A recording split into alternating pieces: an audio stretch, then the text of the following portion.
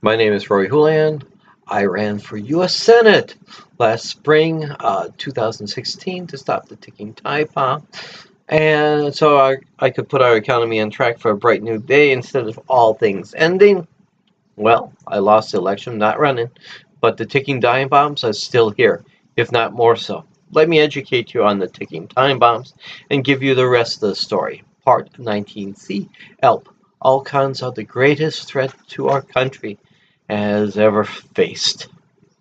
Ah, today's example is if you cross the line and use sarin nerve gas, weapons of mass destruction, to test on the people, then we'll blow up your sarin gas, even if it causes casualties on your part and then makes having this gas unpopular with your people. That is lesson taught, lesson learned. Hopefully, that the tiger can eat both ways. So you won't make and use sarin gas no more. Problem solved. But you have to have a little bloodlust in you to play this game. But everything that President Trump did that day tells me he ain't got the belly for it when it comes to Russia. Where do we get the phrase the belly for it from? Have you ever smelled blood drying? Take it from me, there ain't much worse than the smell of drying blood and flesh in the hot subtropical sun. That smell is sweet sour. It turns your stomach. It starts you throwing up immediately if you're not used to it.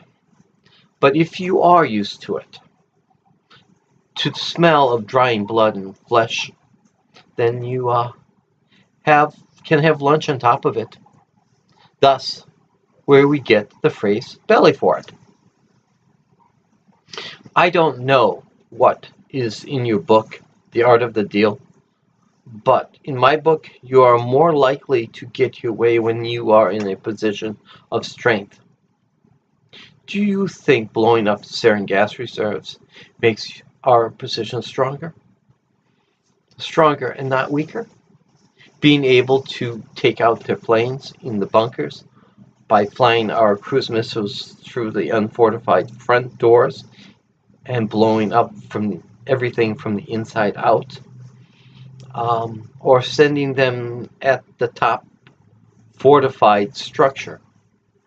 We've known how to blow up fortified structures since World War II. When we blew up German fortified structures, we know how to take out an airfield by filling the runway full of deep holes, but Trump's attack did none of these. Trump was more worried about keeping down Russian casualties. Good idea, considering. But Assad's casualties too? You know, I worked the flight line, and routinely we pulled out an entire hangar in a half an hour with 2 tugs. So I know that in an hour I can evacuate 4 to 5 hangars with a standard 4 tug, 8 member crew, based on casualties count of 6 people and just 20 planes count, indicates you killed the ground crew, but only after they evacuated most of the hangars. Do you think that Assad was very grateful for the hour heads up? What did Putin have to say? If you keep on doing this, you'll lose your BFF standing with me. Should any U.S. president be worried about being the BFF of Putin? Our war-loving, conservatively funded media showed the missile attack, but they didn't report was that our special forces had to flee the bases. See, that foolish Obama had kept our role in Syria, which we have had boots on the ground since 2014 and still do. Oh, yes, we do have troops in Syria, President Donald. And you know, well, we have. More alternative facts from a person that quite a few people see as a liar, cheat, and thief. There are repercussions to an attack. We saw that right afterwards too. Understand, we changed our stance 180 degrees from the limited to just ISIS to include attacking Assad. When we were just limited to helping our friend and focusing on ISIS, we could fly over Syria without worry about Assad, Iran, or Russia targeting our planes. When we had a limited role, our special forces could go around Syria without worrying about being attacked by the former group. After that missile attack, that tacit live and let live agreement ended without much thought or warning. Have you ever have cats? I live a quarter mile from our animal shelter. We have 6 cats.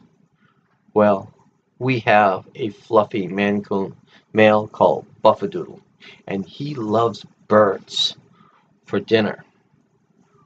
We have chickens, and I feed our chickens sunflower seeds. So this time of the year, we have literally hundreds of birds. Now, to keep the wild birds out of the chicken feeders, I have feeders just for the wild birds under our big willows. Buffadoodle has created for himself a catbird seat, a perfect central place to sit and wait to catch himself a bird lunch. Well, our special forces have placed themselves in a catbird seat in Syria too. It is the town of El Tanf, which sits at the corner of Syria, Iraq, and Jordan. If you want to protect the border of Jordan from ISIS attack, this is the place to be. If you want to protect Iraq from ISIS attack, this is the place to be. If you want to go attack ISIS in Syria, this is the place to be. We have been there for like 2 years. Everyone knows we are here. Everyone knows of El Taf's strategic importance too. Google it. It's AL apostrophe capital T ANF. But this 180-degree change in policy meant that our special forces, our ops, soldiers were now on the bullseye. And folks were freaked out for good reasons. So the special ops had to fly out into the desert from those bases. So they wouldn't be targeted. Well, when the cat's away, the mice will play. El Top didn't get hit by missiles, but ISIS, being always the capitalistic group that it is, saw an opportunity to capture this catbird seat, El Top. They came with a car bomb and blew the gates wide open and swarmed in with 20 to 30 fighters, some wearing suicide vests. Fortunately, there was still Syrian and Iraqi troops there. Soon, these special forces were flying back to the base. The firefight that ensued lasted more than 3 hours of very intense fighting. Airstrikes were called in. At least 3 Syrian troops lost their lives to the friendly fire. The inept result of the missile attack and the resulting attack on El Tanf led the President Trump administration to conclude we needed to drop the mother of all bombs to demonstrate our superior strength against ISIS. Positioned in Afghanistan, Syria, and border, we have bunker busters, and we have used them before. They work quite well.